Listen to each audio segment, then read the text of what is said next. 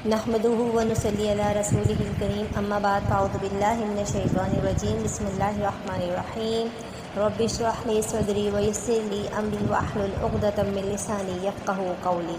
अस्सलामु अलैकुम व रहमतुल्लाहि व बरकातुहू। आज हम हदीस नंबर 33 पढ़ेंगे। बल्लिगू अन्नी वलौ आया, बल्लिगू पहुँचा दो अन्नी मेरी तरफ से, वलौ आया ख्वाह एक आयत ही क्यों ना हो। मुकम्मल हदीस इस तरह आती है कि हज़रत अब्दुल्ला बिन अमर इब्नुल आस रज़ियल्लाहु अन्हुमा से रिवायत है कि अल्लाह के नबी सल्लल्लाहु अलैहि वसल्लम ने फरमाया, मेरी तरफ से लोगों को अहकाम इलाही पहुँचा दो, अगरचा एक आयत ही हो, और बनी इसराइल से रिवायत करो, इनसे बयान करने में कोई हर्ज नहीं, और जिसने मुझ पर जानबूझकर झूठ बांधा तो वो अपना ठिकाना जहन्नम में बना ले। अब ये जो मुकम्मल हदीस है, इसका एक टुकड़ा अभी हमने अपनी हदीस नंबर 33 के सबक में पढ़ा था कि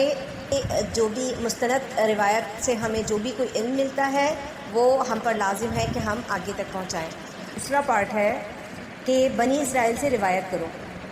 उनसे बयान करने में कोई हर्ज नहीं, यानी कि वो रिवायतें जो कि मुस्तनद हों उनको बयान करने में कोई हर्ज नहीं है। और जिसने जानबूझकर झूठ बांधा, यानी कि अगर बनी इसराइल की रिवायात में किसी ने कोई मनगढ़ंत बात उसके अंदर एडिशन कर दी या किसी किस्म की कोई बात उसके अंदर से निकाल दी जो कि दीन के लिए बहुत ज़रूरी थी, वो बात निकाल दी, या वो बात उसके अंदर डाल दी जो दीन के ऊपर मनगढ़ंत बात थी या दीन के ऊपर झूठ था, या नबी करीम सल्लल्लाहु अलैहि वसल्लम ने ऐसी बात नहीं की मगर उसने वो बात उसके अंदर घड़ के शामिल कर दी उस रिवायत के अंदर, तो फिर उस बंदे के लिए या जो लोग ये काम करते हैं, जो बातों को घड़ के रिवायात के अंदर जमा कर देते हैं, तो वो अपना ठिकाना जहन्नम में बना ले। इसी तरीक़े से बनी इसराइल की जो रिवायात हैं, अगर वो सिंपल है, कुरान और हदीस से टैली करती हैं तब तो ठीक है, लेकिन अगर वो टैली नहीं करती बल्कि वो किसी किस्म का झूठ बांध रही हो या किसी किस्म की कोई मनगढ़ंत रिवायत हो जिसको ना तो कुरान उसको सपोर्ट करता हो, ना हदीस सपोर्ट करती हो, और इंसान की अक्ल भी सपोर्ट ना करती हो, तो उसको फिर लेना दुरुस्त नहीं है, उसके ऊपर फिर अमल करना भी दुरुस्त नहीं है, उसको आगे पहुंचाना भी दुरुस्त नहीं है। जैसे हम देखते हैं हमारे माशरे में बहुत सारी मनगढ़ंत बातें अपने उरूज को पहुंची हुई हैं। जैसे और ये एक बादशाह के दौर में एक हदीस घड़ी गई थी जिसके अंदर एक बंदे ने अपने बादशाह को खुश करने के लिए उस वक्त ये हदीस घड़ दी थी, और फिर ये बाकायदा जो एक हदीस बन गई है कि कबूतर पालना अच्छी बात है या जायज़ है, इस तरीके से कोई हदीस है। तो फिर जो बंदा मुआशरे में गलत बात को फैलाता है या बुरी बात को फैलाता है या नबी करीम सल्लल्लाहु अलैहि वसल्लम पर झूठ बांधता है और मनगढ़ंत रिवायात लोगों में फैलाता है, तो फिर वो अपना ठिकाना जहन्नम में ढूंढ ले। इस हदीस में ये पता चलता है कि इसका एक तो फ़ायदा ये है कि जिसको हदीस का इल्म आता हो या जिसको शरीयत का इल्म सही आता हो, वो अगर उसके पास एक आयत का भी इल्म मौजूद है तो वो दूसरों तक पहुँचाए और वो उसके लिए फजीलत का सबब होगा। लेकिन अगर कोई एक शख्स एक आयत भी घड़ कर बयान करता है या झूठ बयान करता है, नबी करीम सल्लल्लाहु अलैहि वसल्लम पर कोई छोटी सी बात को भी वो घड़ के बयान करता है, तो वो अपना ठिकाना जहन्नम में ढूंढ रहा है। जो आलिम बंदा है उसके ऊपर तो खैर फ़र्ज़ ही फ़र्ज़ है, क्योंकि ये उसकी ड्यूटी है, ये उसकी ज़िम्मेदारी है कि उसको जो इल्म मिलता है वो लोगों तक यानी आम लोगों तक पहुँचाए, और जो आम लोग उससे बात को सुने वो उन लोगों तक कि जो उस आलिम तक नहीं पहुँच सके वो उन तक पहुँचाएँ। लेकिन आलिमों को भी आज जांचने की ज़रूरत है कि वो आलिम जो डिग्री होल्डर है वो अपने ऊपर जो इतने सारे टैग लगाया हुआ है वो दर हकीकत कुरान का ट्रू इल्म दे रहा है या नहीं दे रहा। और उसके लिए ज़रूरी है कि हर इंसान कुरान की कम से कम ट्रांसलेशन को ज़रूर जानता हो, कि जब हम कुरान का तर्जुमा जानते हैं तो हमें ये पता होता है हमारे जो भी अल्लाह ताला ने हिदायत हमें दी है वो असल में एक्सटर्नल भी है और इंटरनल भी है। एक्सटर्नल तो हमें उन आलिमों और किताबों के ज़रिए से मिलती है जो कि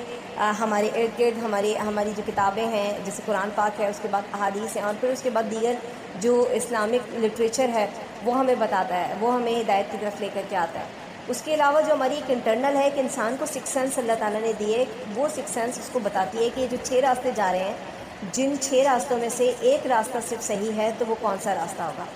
एक इंसान जो पॉजिटिव होता है और उसके अंदर पॉजिटिविटी होती है, वो आसानी से उसको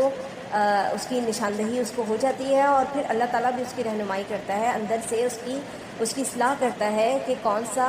रास्ता उसके लिए बेहतर है, और वही रास्ता दरअसल ट्रू रास्ता है। तो आया में शर्त यह है کہ جو بھی بات پہنچ رہی ہے وہ عالم کے ذریعے سے پہنچی، یعنی کہ جو علم رکھنے والا ہے۔ ایسا نہ ہو جیسے ہمارے بڑے بوڑھے کوئی بات کہہ دیتے ہیں، اچھا ہم نے سنا ہے، ہمارے بڑوں نے یہ کہا ہے، ہم نے یہ بات سنی ہے، یا میں نے یہ بات سنی ہے کسی سے، فلاں سے میں نے یہ بات سنی ہے۔ تو یہ جو سنی سنائی باتیں ہوتی ہیں جو خاص طور پہ خواتین بہت کرتی ہیں آپس میں، کہ اچھا میں نے اس سے یہ سنا تھا، اگر جب تک آپ کو مستند کوئی بات نہیں پتہ وہ بات آپ آگے بیان نہ کریں، خاص طور پہ رسم و رواج، شادی بیاہ کے موقعوں پر، اور جو دیگر جو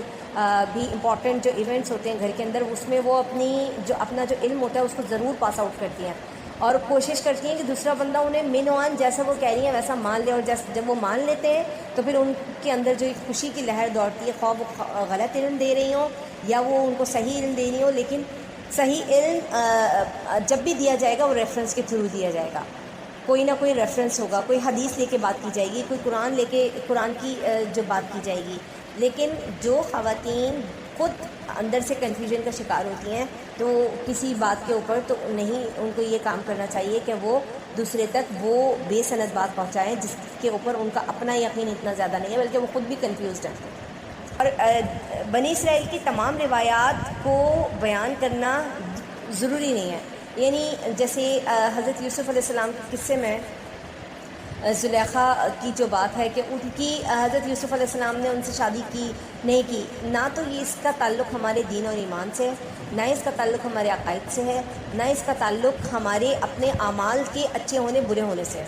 بلکہ یہ ایک اضافی سی بات ہے۔ تو بنی اسرائیل سے اگر کوئی ایسی روایت آتی ہے تو اس کو لیٹ اٹ گو کر دینا چاہیے، یعنی کہ اس کو اس کی ثوابدید پہ چھوڑ دینا چاہیے، اس کو آگے بیان نہیں کرنا چاہیے۔ ہاں، جو باتیں قرآن سے